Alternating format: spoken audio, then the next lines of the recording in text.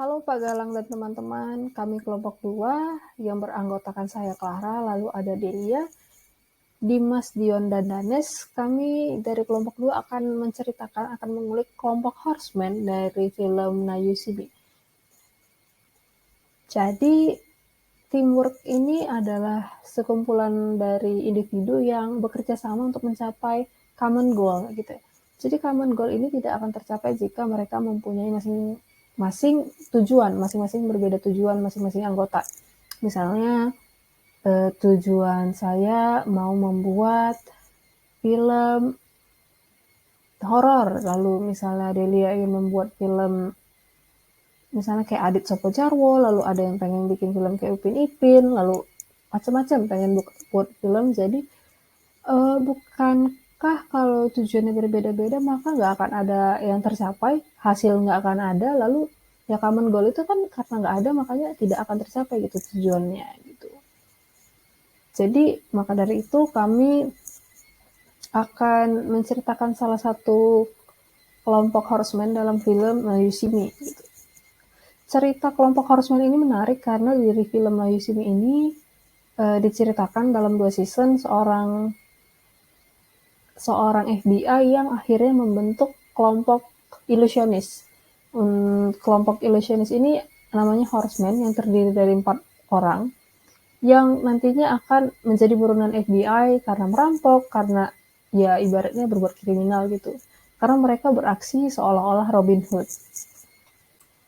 Horseman ini sendiri diketuai oleh Dylan Rhodes yang di season 1 diceritakan bahwa kelompok Horseman tidak tahu bahwa Horseman ini dijalankan dan dipimpin oleh Dylan Rhodes. Mereka hanya menerima perintah tanpa tahu siapa yang memberi perintah, tanpa pernah melihat siapa yang membentuk tim ini. Jadi mereka kayak diajak dengan trik kartu. Jadi untuk teman-teman yang belum nonton No Yusimi boleh tonton karena kalau membayangkannya mungkin nggak akan tahu apa sih yang dibilang mereka, tapi kalau mungkin setelah nonton, oh ini yang diceritakan oleh kelompok 2 seperti itu. Maka di kelompok Horseman ini di season 1 dijelaskan bahwa anggota yang berbeda, yang bahkan nggak saling kenal, itu dikumpulkan oleh Dylan Rhodes tanpa mereka tahu kalau pemimpinnya itu Dylan Rhodes. Jadi gimana sih? Mungkin mereka bermodalkan, oke, ikut gitu. Tapi di season 1 ini dijelaskan kelompok ini tuh kayak siapa lo siapa gue, ya udah kita karena satu kelompok kita ngejalanin aktivitas gitu tanpa ada rasa kesatuan, rasa percaya gitu.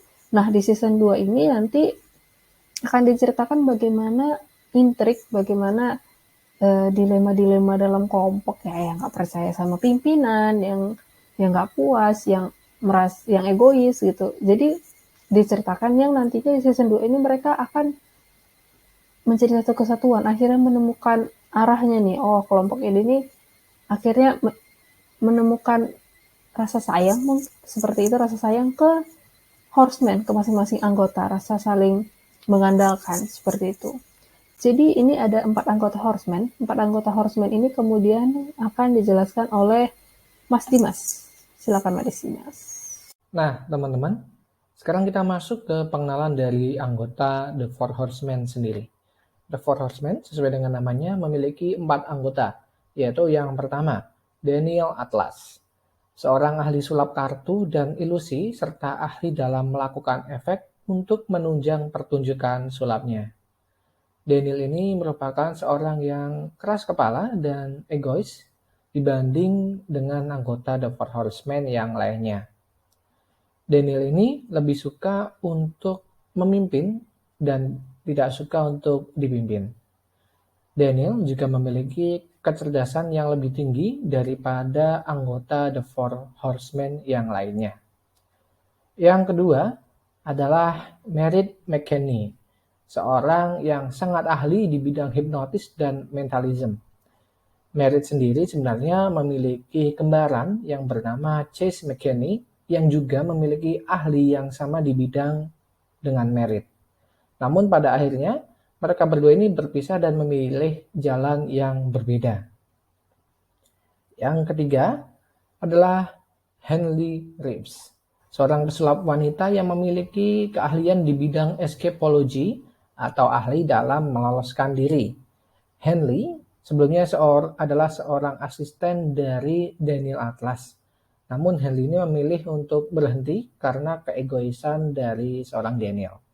Pada akhirnya, Henley Reeves keluar dari The Four Horsemen karena merasa bosan dan tidak ada kejelasan dari DI.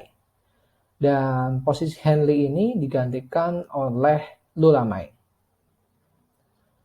Lula Mae merupakan seorang pesulap wanita yang sedikit ekstrim. Lula ini sering memilih pertunjukan yang beresiko. Namun Lula sendiri sangat ahli dalam memanipulasi akan cedera maupun kematiannya selama pertunjukan. Lula juga diakui sebagai anggota The Four Horsemen yang memiliki selera humor yang tinggi dibanding dengan anggota yang lainnya. Lula sendiri memiliki hubungan yang spesial dengan anggota The Four Horsemen yang lain, yaitu Jack Wilder. Jack Wilder sendiri merupakan seorang pesulap jalanan yang ahli dalam sulap yang mengandalkan kecepatan tangan dan selalu bisa membuka segala jenis kunci, karena bagi Jack tidak ada yang benar-benar terkunci. Jack sendiri merupakan seorang fans dari Daniel Atlas, di mana Jack selalu mengikuti pertunjukan yang dilakukan oleh Daniel. Kemudian, apa sih tujuan dari The Horsemen sendiri? Masing-masing Horsemen ini memiliki tujuan atau orientasi yang relatif serupa, yaitu tidak sekedar menjadi pesulap, namun menjadi bagian dari sesuatu yang lebih daripada mereka, yaitu menjadi bagian dari DI. DI sendiri merupakan organisasi rahasia kuno dan dikdaya yang terdiri dari berbagai macam pesulap handal yang tersebar di seluruh dunia.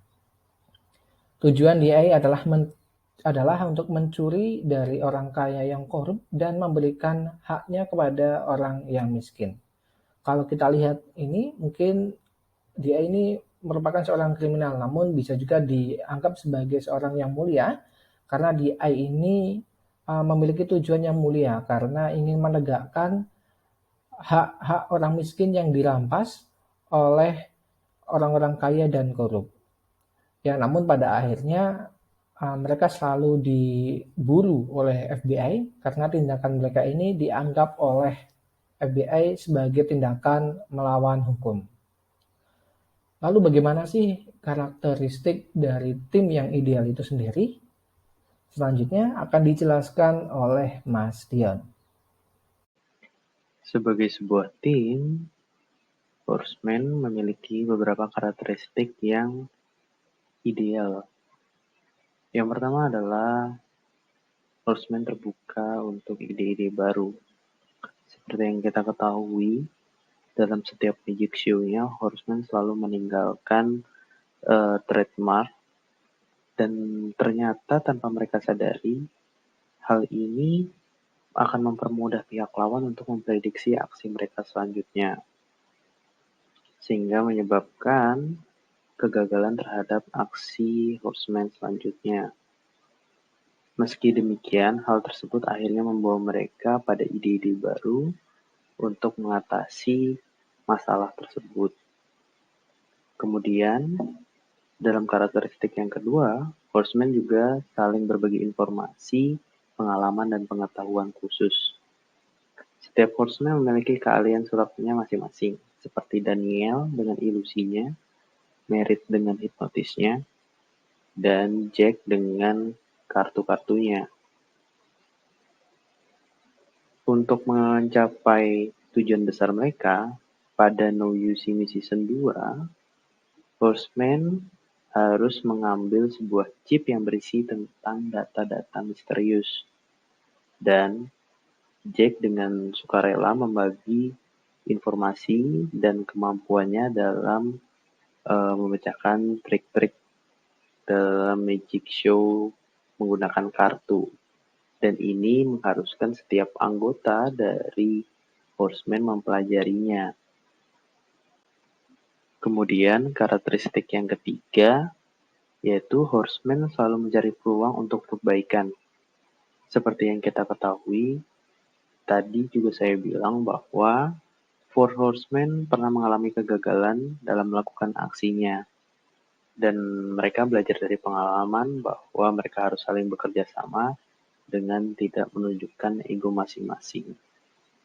Dan karakteristik yang berikutnya, bahwa Horsemen selalu mengembangkan hubungan kerja dan orang-orang dengan fungsi yang berbeda. Terdapat sebuah plot alur cerita dalam No You See Me Season 2 di mana pengambilan sebuah chip dari data-data misterius itu mengharuskan mereka mengembangkan teknik tertentu, yaitu menggunakan kartu yang hanya dikuasai oleh Jack. Dan untuk memperlancar kegiatan tersebut, mereka harus mengembangkan teknik tersebut dan berlatih berhari-hari untuk mendapatkan chip tersebut. Di sebelah sini adalah salah satu cuplikan di mana Jack melemparkan kartu untuk ditangkap pada anggota Horseman lainnya. Selanjutnya akan dijelaskan oleh rekan saya. Oke teman-teman, jadi lanjut nih ke karakteristik apa aja sih yang bikin suatu tim itu bisa dikatakan tim yang ideal. Jadi poin berikutnya itu adalah membangun kepercayaan dan hubungan berkeberlanjutan, dan ini tentunya untuk membentuk suatu win-win solution. Karena kan kita tahu sendiri kan ya, di satu tim itu kan banyak individu dan itu juga mereka pasti beda-beda. Nah, jadi perlu adanya suatu kompromi seperti itu untuk dapat dicapai suatu kesepakatan bersama. Contohnya aja nih, di alur cerita ini kan ada member baru namanya Lula. Nah, di sini dia sebagai member baru tentu ada yang namanya masa adaptasi. Dia butuh proses penyesuaian, dan rekan-rekan di Horseman yang lain itu juga nggak secara instan langsung menerima Lula sepenuhnya. Nah, tapi proses ini tuh penting bagi satu tim untuk bisa lebih berkembang, dan sehingga pada akhirnya Lula yang dengan terus bekerja keras untuk bisa mendapat kepercayaan teman-teman timnya juga akhirnya mampu dan akhirnya mencapai suatu chemistry yang membentuk Horseman menjadi tim yang baik juga. Gitu teman-teman. Poin berikutnya lagi nih, nggak cuma itu. Jadi yang bikin tim itu ideal itu juga suatu individu, kumpulan individu yang bergabung dengan tim yang tujuannya itu sangat mereka hargai dan membutuhkan komitmen pribadi. Kita tahu nih, The Horseman itu kan tujuannya kan mereka uh, sangat mulia kan ya, mereka ingin menjadi bagian lebih dari diri mereka, jadi bagian dari VI The Horseman yang tujuannya itu mereka mengungkap para pejabat-pejabat korup dan juga membantu orang-orang yang terzolimi seperti itu. Nah, masing-masing dari mereka ini punya tujuan yang sama, tujuan yang mulia seperti itu, dan itu akan membangun komitmen yang lebih untuk menghasilkan suatu tim yang ideal atau tim yang baik. Terus kemudian nih, poin lain juga, yaitu tentunya dapat diandalkan. Jadi nih, Horseman itu juga nggak asal kalau mereka melakukan pertunjukan mereka. Magic Show itu penuh dengan persiapan dan butuh banyak kerjasama dan juga integrasi. Jadi satu sama lain itu ada showman, magician, dan ada asisten dan juga beberapa kru-kru yang berpartisipasi. Hanya mereka yang tahu seperti itu. Tapi ini juga sudah direncanakan dengan sangat baik. Nah, ini juga menjadi satu unsur yang ikut mengkontribusi atau menjadi indikasi kalau The Horseman ini adalah tim yang cukup efektif, baik, dan juga tentunya ideal. Seperti itu teman-teman.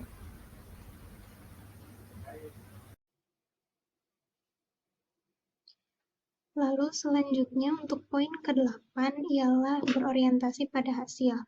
Four Horsemen selalu menghadirkan hasil akhir dengan sebuah surprise.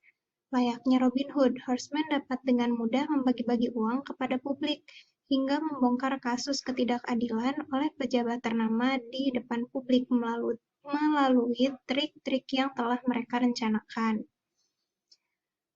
Kemudian selanjutnya untuk 3Cs team player ada 3 poin, diantaranya committed, kolaboratif, dan kompeten.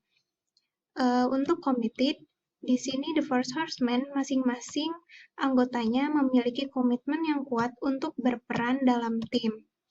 Nah, untuk yang kedua, kolaboratif, masing-masing keahlian yang dimiliki anggota tim dipadukan untuk mencapai satu tujuan, yaitu keberhasilan show yang mereka lakukan. Dan yang ketiga ada kompeten. tidak hanya memiliki keahlian yang beragam, namun masing-masing dari mereka pun menguasai keahlian tersebut dengan mahir. Sehingga terbentuklah tim yang luar biasa, dengan proyek yang tidak biasa, hingga berhasil memiliki penggemar yang tersebar di seluruh dunia. Dan terakhir, kesimpulannya, berdasarkan pemaparan yang telah kami jelaskan sebelumnya, kami simpulkan bahwa tim The Four Horsemen merupakan tim yang efektif dalam menjalankan misi untuk mencapai tujuannya. Sekian dari kami. Terima kasih. Wassalamualaikum warahmatullahi wabarakatuh.